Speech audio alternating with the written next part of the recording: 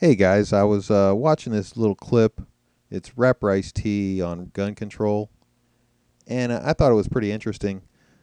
This the British guy that is interviewing him, of course, doesn't understand the Second Amendment or the American way, and we've been raised around guns. Basically, our whole country is a gun country. We've got over 300 million guns, and the majority of them have never hurt anybody. But this guy is hilarious. I mean, he's scared of guns. It's pretty obvious.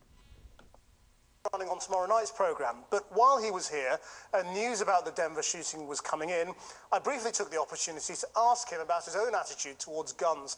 And I asked him why he's such a defender of the right to bear arms. Yeah, I think it's great that they ask him these questions because people should understand what the right to bear arms is, and I hope that people learn something from rapper Ice-T. Well, I give up my gun when everybody else does. So I wouldn't. And is that Doesn't that make sense? Well, doesn't that make sense? I mean, if you were to, if there were guns here, would you want to be the only person without one? so do you carry guns? So do you carry guns? He's like, oh my God, this guy might even have a real gun. It might even be here near me. No, Routinely at home. I mean, you have a gun at home? yeah, it's legal in the United States. It's part of our Constitution. You know, the right to bear arms is because that's the last form of defense against tyranny. And there's the main point of the video, absolutely. And that's my opinion and the founder's opinion. Guns are great. They're wonderful. I like to go shoot, and I have a lot of fun. It's a great sport. It's cool to have guns if you ever need them to go hunting, to defend yourself against criminals, all that stuff. It's all cool, but it's not why the Second Amendment exists. It's not why the founders insisted that the people are more powerful than the government. Not to hunt. It's to protect yourself from the police. And do you see any link between that and these sorts of incidents? So he's like it's the Second Amendment is to protect yourself from the police, and that's partially true. I mean, it's to protect yourself against government that's gone astray. I mean, the most dangerous thing for people is that their government doesn't stops doing what they're supposed to do. The government's supposed to protect us and defend us, and those are pretty much the only things they're supposed to keep us from killing one another. That's pretty much it. They're not supposed to feed us and clothe us and give us all these benefits. And right now, and this is what the founders talked about. And the scare for the founders was that the people would find out. They'd figure out that they could start drawing money out of the money pot for themselves. And right now, we've got about half the people in this country that are actually getting their money from the government rather than earning it, or they get a large chunk of their money from the government, and they don't want to change things. And when that happens, when you get to a point where there's more people receiving than there are putting in, that's where you start seeing the problems. How do you have a fair election when you have people that are voting who are voting against the will of the people because they're getting government? The government's paying them. It's like a bribe, because we the people are the ultimate power. So if we're the ultimate power, then we're like the king sitting on this throne, and then you've got the government, which is our servants, and they're coming up and saying, "Oh, here, take this. Now would you do it my way?" So basically, what we have is the government paying people to vote for them. And we can see that now. It's pretty obvious, especially with the Democrats, that they even go and bus people in. They will go into poor neighborhoods and give them 25 or 50 bucks and buy them lunch and all that other stuff. And all we ask is that you come out and vote, and we'll carry you there. We'll bring you back. Nah, not really. You know what I'm saying? If somebody wants to kill people, they don't need a gun to do it. Makes it easier, though, doesn't it? Not really. You can use you can strap explosives on your body. They do that all the time. And the British guy doesn't understand that the murder rate in our country isn't higher than other countries because of the fact we have guns. It's because we have a violent nature in our society. If you have somebody come from another country and they have never seen our TV, they're going to be shell shocked just by turning on our TV. And if you get to the wrong channel, and I would say 1 in 3 channels are going to be problematic for most of these people because the violence is so obvious.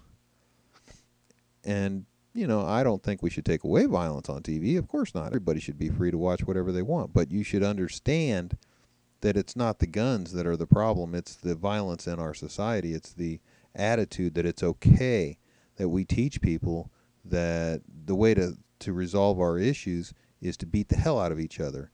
I mean, if you look at the Trayvon case and you listen to the people who support Trayvon, they believe that he was in the right to attack George.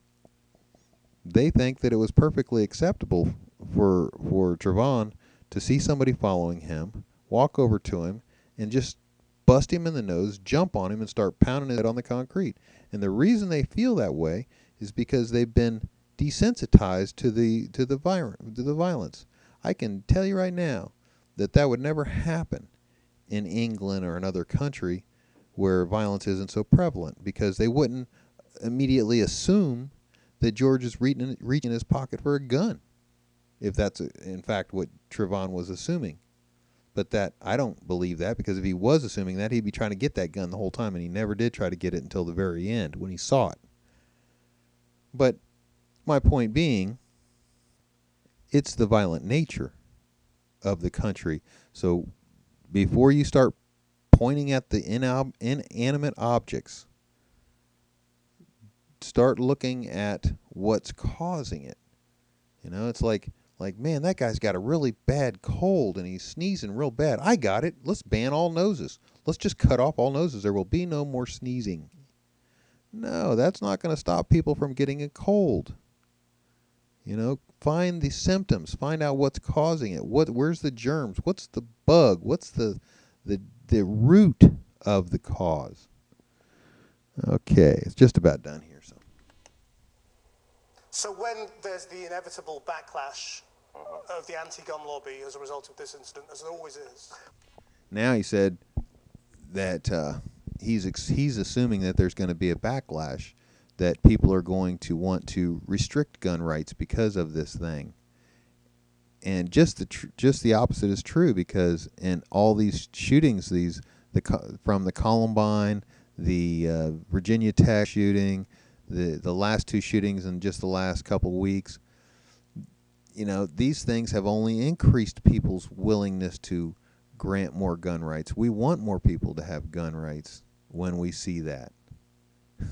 They don't understand that, and it's funny that if any of these were actually false flag attacks, they're certainly going just exactly opposite. They're doing exactly opposite of their intended purpose, because when we see that, we're like, more people should be carrying guns when they go to the movies. It won't change anything in the United States. Nah. The United States is based on guns. Like KRS says, you'll never have justice on stolen land. So it's not going to change.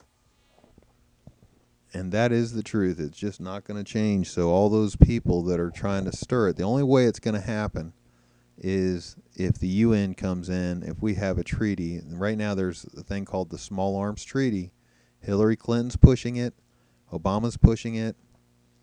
It has to pass through the Senate. And the Senate has to pass it with a 2/3 majority. That's the only reason that it hasn't passed yet, because the Democrats absolutely have power in the Senate. They're in control. But the Republicans have a large enough number to stop the treaty from being signed. Of course, I'm not suggesting that the Republicans are against controlling guns. In fact, I'm pretty nervous about Republicans right now. I've been voting Republican my whole life. I don't vote for Democrats. I don't know who I'm going to vote for this time. Certainly won't be Democrats.